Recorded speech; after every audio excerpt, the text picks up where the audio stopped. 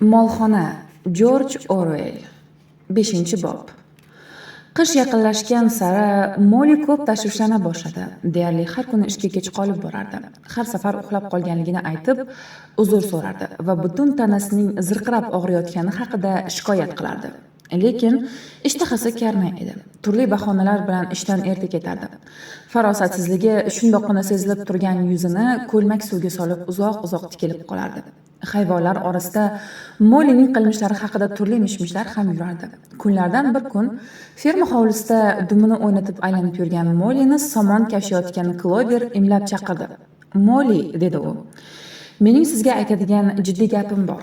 Bugun sahar payti hayvon fermasi bilan Foxworth fermasi oralig'iga qo'yilgan to'siq oldida sizni ko'rdim. Men uzoqroqda edim, lekin to'siqning orqa tomonida Mr. Pilkington ishchilaridan biri turganini sezdim. U siz bilan nima haqidadir gaplashardi. Hatto burningizni silashiga ham ruxsat berdingiz. Tinchlikmi, Molly? Nima gap?" "Tuhmat qilmang. Bunday voqea ro'y bergani yo'q", dedi Molly tuyoqlari bilan tepsinib turib. "Molly, yolg'on gapirmang. Tumshug'ingizni haqiqatdan ham silatganman deb qasam icha olasizmi?" dedi Clover.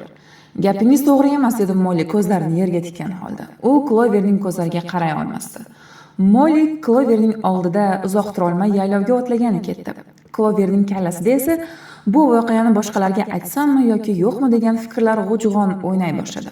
U otxonaga kirib, Molly yotadigan supaga solingan somonni tuyog'i bilan ag'darib ko'rdi. Somon tagiga bir necha oq qand va har xil rangdagi lentalar yashirilgan edi. Bu voqeadan 3 kun o'tgandan so'ng Molly yo'qolib qoldi. Hayvonlar uning qayerda ekanligini uzoq vaqt bilisha olmadi. Bir necha hafta o'tgandan keyin esa kaptarlar Wellingtonning bir chekkasida Mollyni ko'rganliklari haqida xabar keltirdilar.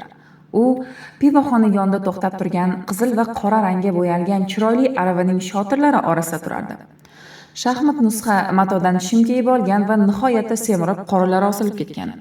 Chertsa yuzlardan qon tomadigan bir mayor Mollyning tumshug'ini silardi va unga oq qand berardi. Mollyning tanasidagi mo'ylarning yaqindagina qirchlanganligini sezilib turardi. Sochlariga qizil lenta bog'langan edi. Mollyning hayotidan mamnunligi sezilib turardi. Sochlariga qizil lenta bog'langan edi. Mollyning hayotidan mamnunligi sezilib turardi. Bu xabarni eshitgan fermadagi hayvonlar Mollyning nomini ikkinchi marta tilga olmay qo'ydilar. Yanvar oyida ob-havo juda qattiq keldi. Yer temir metindek muzlagan, dalada ishlashning hech iloji yo'q edi. Katta molxonada ketma-ket majlislar o'tkazila boshladi. Kelasi yili olinadigan hosilning rejalari cho'chqalar tomonidan tuzilardi. Cho'chqalar fermada ro'y berayotgan siyosiy voqealarni nazardan qochirmasdilar. Hayvonlar bu tartibga ko'nikishgandi. Cho'chqalar tomonidan chiqarilgan qarorlar ko'pchilik hayvonlar tomonidan tasdiqlanishi shart edi. Hayvonlarning o'ziga ham qarorlari ustida bosh qotirmasliklari yoqib tushardi. Lekin Snowball bilan Napoleon hech bir masalada kelisha olmas edi. Ular o'rtasidagi kelishmovchiliklar kuchayib borardi. Agar ulardan biri fermaning ekin ekiladigan maydoniga arpa ekishni taklif qilsa, ikkinchisi buni albatta rad etib, suli ekish foydali ekanligini isbotlardi. Agar biri dalaning tuprog'ini faqat karam ekish uchungina yaraydi desa, ikkinchisi bu yerga umuman ekin ekib bo'lmaydi, yerga oldin ishlov berish kerak der edi. Har ikkalasining ham tarafkashlari bo'lib, majlislar janjalga aylanib ketardi. Bir masala qayta-qayta muhokama qilinardi. Snowball hayvonlarning aqlini o'g'irlaydigan chiroyli nutqlari bilan ko'pchilikni ishontira olardi. Ammo Napoleon ovoz to'plashda uddaburonlik qilardi. Qo'ylar unga yaxshigina yordam berardi. Ular tortishuvni diqqat bilan kuzatib, Napoleonning fikrlarini doimo quvvatlab turardilar. Qo'ylar Snowballning nutqlarini eng muhim va ta'sirchan joylarida uzib qo'yib, ikki oyoqliklar dushman, to'rt oyoqliklar do'st deb ma'rashardi. Bu bilan boshqa hayvonlarning diqqatlarini o'zlariga tortishardi. Snowball Jonsning uyidan fermer va molbuqar jurnalining eski sonlaridan birini topib olgan edi. Uni qayta-qayta o'qirdi. Hayvon fermasini rivojlantirish uchun turli rejalar tuzardi. Ferma yerlari atrofiga zovurlar qazish va mog'orlab ketgan ovqat qoldiqlarini qayta ishlatish haqida foydali maslahatlar berardi.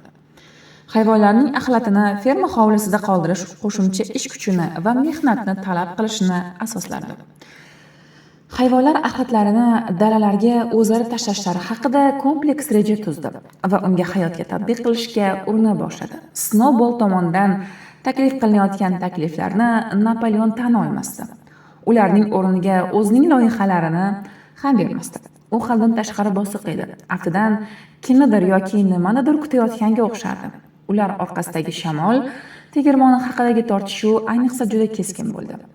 Snowball quriladigan shamol tegirmoni uchun hayvonlar turadigan joydan uzoqroq bo'lgan kichkinagina bir tepalikni taklif qildi. Tepalikni o'rganib chiqib, shamol tegirmoni qurilishi uchun shu joyning qulayligini isbotlab berdi. Quriladigan shamol tegirmoni dvijok yordamida ishlab, hayvonlar yotadigan supalarga yorug'lik berishi hamda qish oylarida hayvonlar yotadigan binolarni isitishi ko'zda tutilgan edi. Snowball shamol tegirmonining bug'doyini unga aylantirishi, elektr mashinalari yordamida sigirlarni sog'ish haqida to'lqinlanib gapirardi. Ferma Jones hukmronligi davrida ham ibtidoiy mashinalar bilan ishlardi. Hayvonlar Snowball va'da qilayotgan mashinalar haqida eshitmagan ham edilar. Shuning uchun ham hayrat bilan quloq solishardi.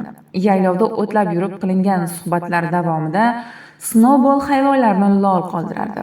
Kelgusida yaratiladigan turli elektr mashinalarini tasvirlab berib, hayvonlarning aqlini shoshirardi. Oradan 7 hafta o'tgandan keyin shamol tegirmonining loyihasi tayyor bo'ldi. Snowball shamol tegirmoni loyihasi bilan bog'liq mexanikaga oid bilimlarni Mr. Jonesga qarashli bo'lgani uchun 3 kitobda o'rganadi. Har bir erkak o'z oilasi zaruriyatidan kelib chiqib, ming bir hunarni bilishi kerak deb hisoblardi. Ayniqsa, g'isht terish qo'lidan kelmaydigan birorta ham hayvon bo'lmasligi kerak deb o'ylardi. Shamol tegirmonining loyihasini chizish uchun Mr. Jones davrida yangi tug'ilgan qo'zlarni parvarishlash uchun ajratilgan xonani tanladi. Xonaning poli tekis edi. Shuning uchun ham ish kabinetiga aylantirilgandi. Snowball xonada kun bo'yi qolib ketardi. O'qiyotgan kitobining kerakli sahifasining bir tomoniga tosh bostirib qo'yardi. Ikkinchi sahifasini esa panjalari orasiga olardi. Ikkinchi oyog'i bilan esa polga chizilgan loyihani mukammallashtirib borardi. Dumi esa devor soatining toshlari kabi u yoqdan bu yoqqa borib kelardi. Ba'zan boshini ko'tarib, xursandchilik bilan deb yuborardi.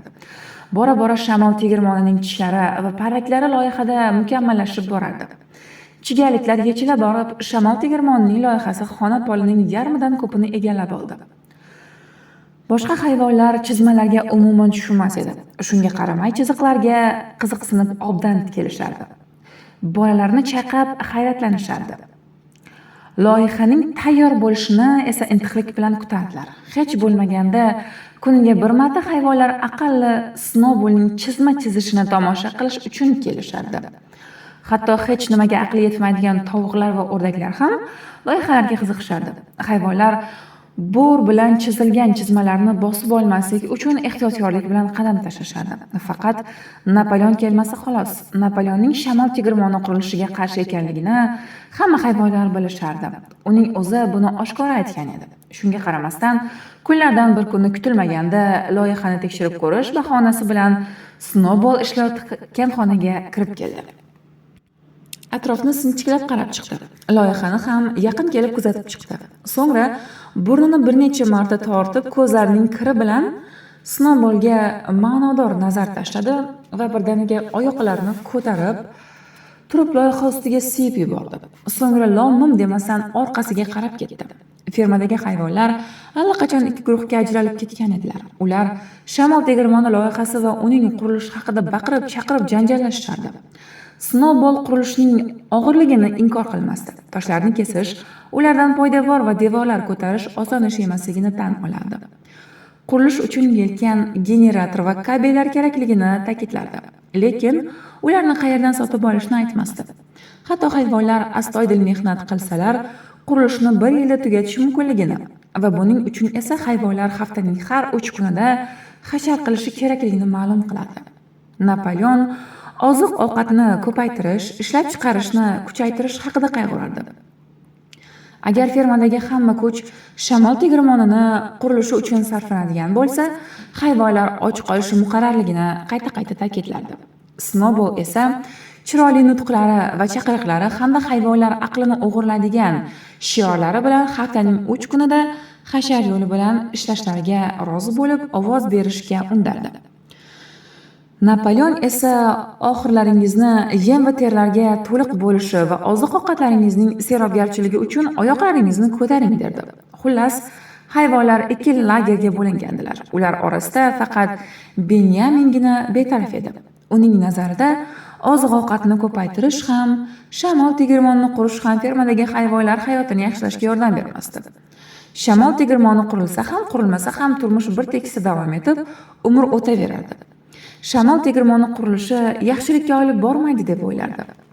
Hayvonlar shamol tegirmoni qurilishidan tashqari, hayvon fermasining himoyasi ustida ham bosh qotirishardi. Insonlar molxona jangida mag'lub bo'lishgan bo'lsa ham, xohlagan paytlarida yana hujum boshlashlarini bilishardi. Birdan bostirib kelib fermani Mr. Jonesga olib berishlari tabiiy hol edi. Buni har qadamda kutish mumkin edi. Hayvonlar buning o'ziga xos sabablari borligini sezib turishardi.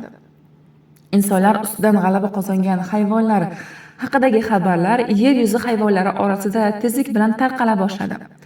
Fermadagi hayvonlarning tinchi buzilib borayotgandi. Ular ham insonlarga qarshi qo'zg'olon ko'tarish harakatiga tushib qolishgan edi. Mudofaa muammosini hal etishda ham odatdagidek Napoleon Snowball bilan kelisha olmasdi. Napoleon qurollar sotib olib, hayvonlarni qurol ishlatishga o'rgatish muhim deb hisoblardi. Snowball esa yer yuzidagi fermalarda yashovchi hayvonlar orasida targ'ibot ishlarini olib borish uchun kaptarlarni safarbar qilishga ko'proq ishonardi. Kaptarlar yordamida qo'zg'olonga undashning afzalliklari haqida jo'shib va'z aytardi. Yer yuzidagi mavjud fermalarning hammasida qo'zg'olon ko'tarilib, g'alaba qozonadigan bo'lsa, himoyani o'z-o'zidan keragi bo'lmaydi deb tushuntirishga harakat qilardi. Hayvonlar avval Napoleonni tinglashardi, so'ngra Snowballga quloq solishardi, lekin qaysi biri haq ekanligini ajrata olmasdilar. Shuning uchun ulardan qaysi birining nutqi ta'sirchan bo'ladigan bo'lsa, o'sha yoqqa qarab o'qib ketishardi. Aravani ot qaysi tomonga tortadigan bo'lsa, o'sha tomonga qarab yo'l olishardi. Nihoyat Snowball shamol tegirmonining loyihasini tugatganligini e'lon qildi. Uning qurilishi haqidagi masalani hayvonlar orasida ovozga qo'yish vaqti ham yetib keldi. Masala yakshanba kuni o'tkaziladigan majlisda hal etiladigan bo'ldi. Hayvonlar katta molxonaga yig'ilishdi. Shamol tegirmoni haqida gapirish uchun Snowballga so'z berishdi. U shamol tegirmonining qurilishini himoya qilib, salobat bilan ta'sirchan ma'ruza qila boshladi.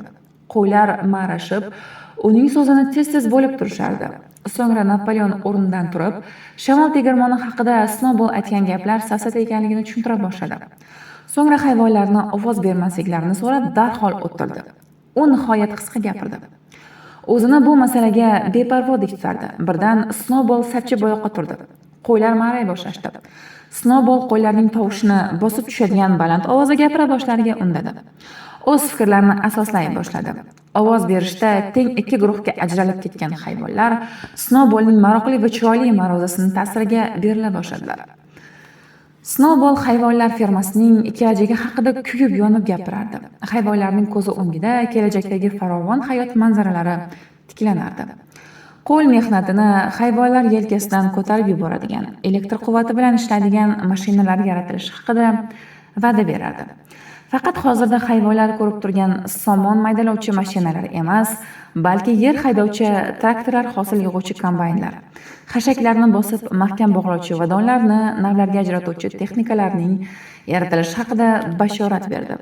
Hatto derdi u, elektr quvvati yordamida hayvonlarni jarrohlik yo'li bilan davolash mumkin. Undan tashqari, elektr nurlari yordamida ham har bir hayvon supasiga yorug'lik uzatilishi, issiq va sovuq suvlarning olib borilishi, xonalarning isitilishi haqida so'zlardi. Hayvonlar butun xotiralarini jamlagan holda diqqat bilan quloq solishardi. Ularning yuzlaridan Snowballga xayrixoh ekanliklari sezilib turardi. Ularning shamol tegirmonini qurilishi uchun ovoz berishlariga shubha ham qolmagan edi.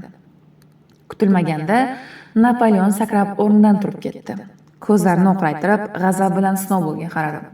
Va hayvonlar shu paytgacha eshitmagan vahimali ovoz bilan chiyilladi. Tashqaridan esa hayvonlarni dahshatga soladigan xurish eshitildi. So'ngra bronza ko'zli bo'yinbog' taqqan 9 it harbiycha qadam tashlab molxonaga kirishdi va to'g'ri Snowballga qarab yurdilar. Itlar tishlarini g'ijirlatib, g'azabga mingan holda erillab, O'zining ustiga bostirib kelayotganligini ko'rgan Snowball qo'rqib ketgandan shoshib qoldi. Lekin tezda hushini yig'ishtirib olib, molxona eshigidan qochib chiqishga ulgurdi. Itlar uning orqasidan quva boshlashdi. Yuz berayotgan voqeani ko'rib, hayvonlarning tillari aylanmay qoldi. Qo'rqqanlaridan dag' titrashib, ularni so'zsiz kuzatishardi. Snowball ferma tashqarisidagi katta yo'lga tutashib ketgan yaylov bo'ylab yugura boshladi. U itlar kabi tez yugura olmasdi, lekin chopag'on itlar ham uni tutisha olmasdi. Itlar yetay deb qolganlarida Snowballning oyoqlari qayrilib, yerga yuztuban ag'darilib tushdi. Itlarning tutib olishlari aniqqa o'xshadi. Snowball o'rnidan jon holatda turib, yana oldinga intildi. Itlar yana yaqinlashib qolishdi. Hatto ulardan biri Snowballning dumini tishlab olishiga ozgina qoldi. Dumini darhol o'ziga tortib olgan, bor kuchi bilan qocha boshladi. Itlar tutib olay deganlarida hayvon fermasini o'rab olgan to'siqning teshigidan o'tib ketdi. Snowball itlarga ko'rinmay qoldi. Jazavasi qo'zib ketgan itlar bir zum jim qolishdi. So'ngra orqalariga qaytdilar. Dadil va og'ir qadamlar bilan molxona binosiga qaytdilar. Avvaliga hayvonlar dahshat soluvchi itlarning qayerdan kelib qolganligini anglasha olmadi. Lekin kuchuklar terisini qoplab olgan junlarning rangidan va ularning sumbatidan Jessi va Bluebell'ning nachalari ekanligini tushunishdi. Ularning yoshlari katta bo'lmasa ham bahaybat ko'rinardilar. Bo'ridek shiddatli va qo'rqinchli bo'lgan bu itlarni Napoleonning atrofida aylanib yurishganini hayvonlar ko'rishgandi. Itlar avvallari Mr. Jonesning oldiga dumlarini likillatib qanday erkalagan bo'lsalar, Napoleonning oldida ham shunday erkin harakat qilishardi. Hayvonlar buni sezib turishardi. Napoleon qari mayor nutq so'zlagan polning baland qismiga chiqdi. Hayvonlarning bir-biri ko'zdan kechirib, biroz to'xtaldi. So'ngra bugundan boshlab yakshanba kunlari majlislar bo'lmasligini e'lon qildi. Shuncha paytdan beri majlislar uchun hayvonlarning juda ko'p vaqtlari sarf bo'lganligini aytib, taassuflandi. Bundan keyin hayvon fermasidagi barcha muammolarni cho'chqalardan tashkil topgan maxsus qo'mita hal qilishligini e'lon qildi. Bu maxsus qo'mitaga Napoleon rahbarlik qilardi. Qo'mita a'zolari masalalarni hal qilish uchun alohida yig'ilishardi. Qabul qilingan qarorlarni fermadagi hayvonlarga yetkazish bilan shug'ullanishardi. Hayvonlar har yakshanba kuni chaqirilardi, lekin ular Napoleon bilan harbiychasiga salomlashar va Angliya hayvonlari qo'shig'ini kuylashar. So'ngra qabul qilingan qarorlarni eshitishardi.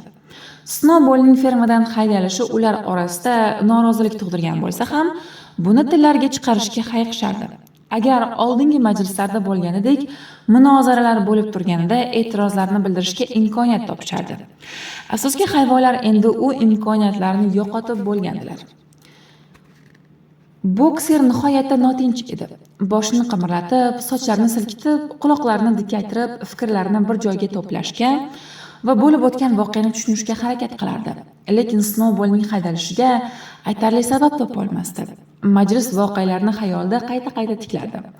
O'sha majlis o'tkazilgan kuni oldingi qatorda o'tirgan 4 ta yosh cho'chqa bo'lib, o'tgan voqeani ma'qullamaganliklarini bildirishib chiyillashardi.